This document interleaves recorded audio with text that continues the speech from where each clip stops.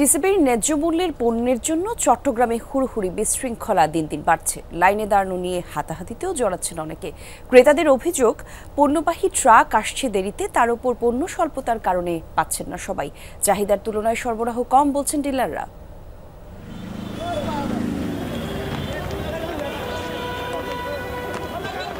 চট্টগ্রামের চেরাগী পাহাড়ের চিত্র এটি।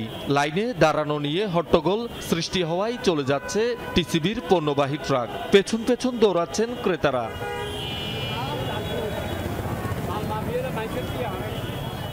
বাজার মূল্যের চেয়ে দাম কিছুটা কম, সেজন্য ৪-৫ ঘন্টা লাইনে দাঁড়ানোর পর এমন কাণ্ডে হতাশ ক্রেতারা।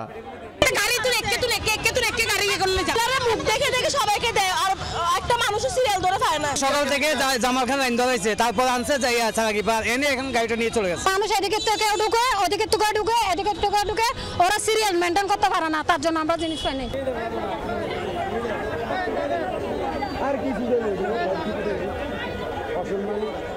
অন্যান্য পয়েন্টের চিত্র এমন। পণ্যের পরিমাণের চেয়ে অপেক্ষমান ক্রেতার সংখ্যা বেশি, ফলে লেগে থাকে চরম হট্টগোল, ধাক্কাধাক্কি, বিশৃঙ্খলা।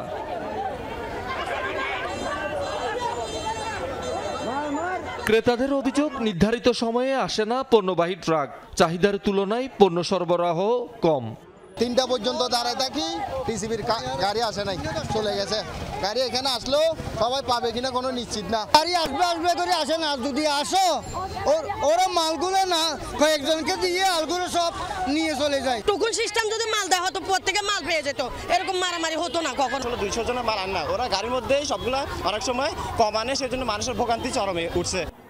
৫৯০ টাকার প্যাকেজে মিলছে তেল, ছোলা, ডাল, চিনি, খেজুর। রমজানে ক্রেতার চাপ আরো বাড়তে পারে বলছেন ডিলাররা।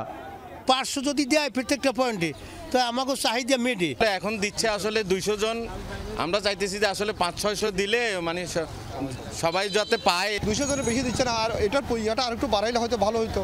হয়তো 300-250 জন, 300 জন করলে হয়তো এটা আরো ভালো হতো। শহীদুল সুমন, যমুনা নিউজ, চট্টগ্রাম।